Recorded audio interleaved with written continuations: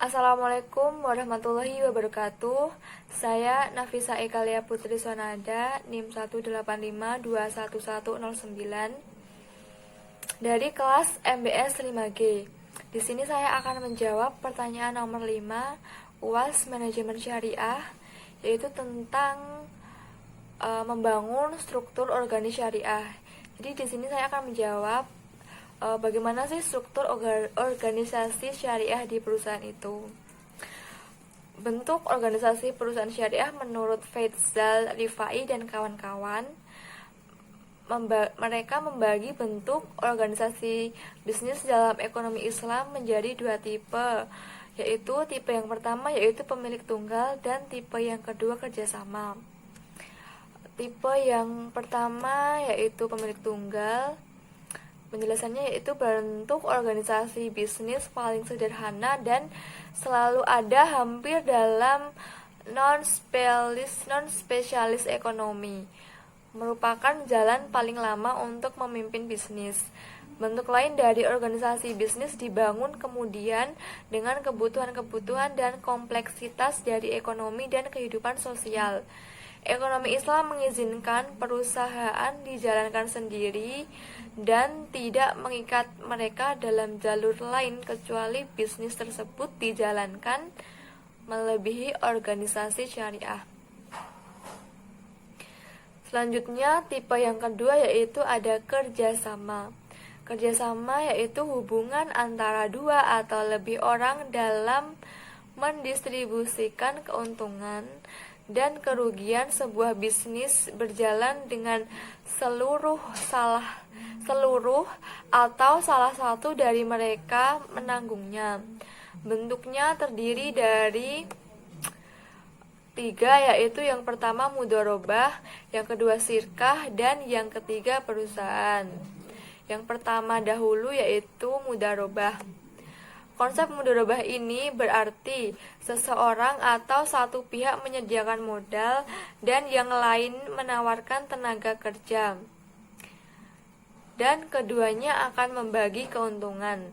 Keuntungan yang didapat dibagikan berdasarkan syarat-syarat perjanjian yang telah dibuat di antara kedua belah pihak. Bentuk yang kedua, syirkah. Syirkah terdiri dari dua jenis. Yang pertama yaitu syirkah al-mulk atau non-kontrak, di mana kepemilikan tercipta karena warisan, wasiat, atau kondisi lainnya yang mengakibatkan kepemilikan suatu aset oleh dua orang atau lebih. Dan syirkah yang kedua yaitu syirkah al-uqud, bisa disebut sesuai kontrak, yang terdiri dari 4 model, yaitu mufawadah, inan, abdan, dan wujuh. Kerjasama jenis ini secara singkat dapat dijelaskan, yaitu yang pertama ada syirkah mufawadah.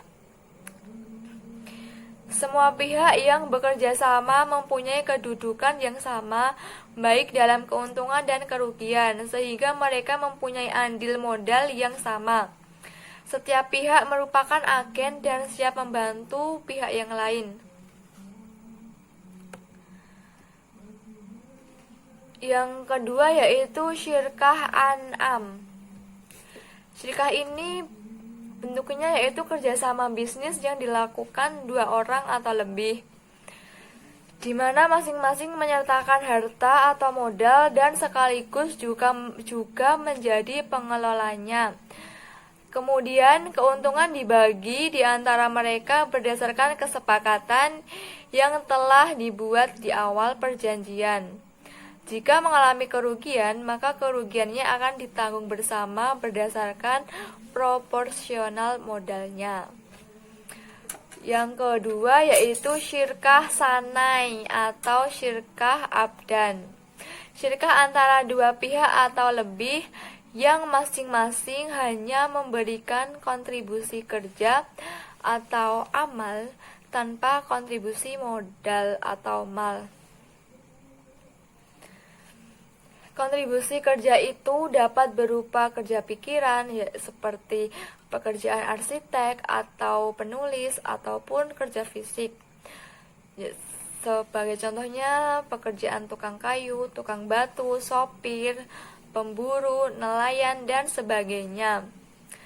Lalu syirkah wujuh, kontrak kerjasama antara dua orang atau lebih yang memiliki reputasi yang baik serta ahli dalam berbisnis.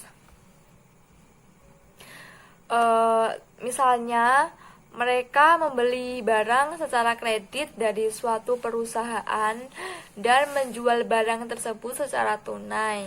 Mereka berbagi dalam keuntungan dan kerugian berdasarkan jaminan kepada penyuplai yang disediakan oleh setiap mitra.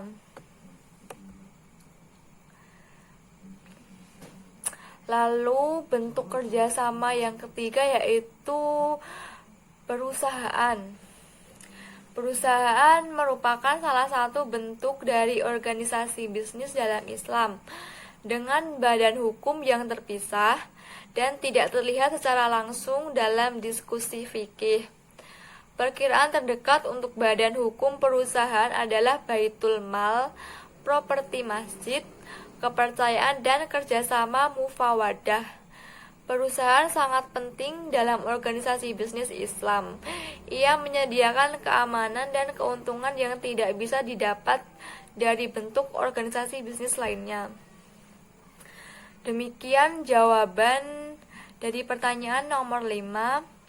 Terima kasih. Apabila ada kesalahan, saya minta maaf. Wassalamualaikum warahmatullahi wabarakatuh.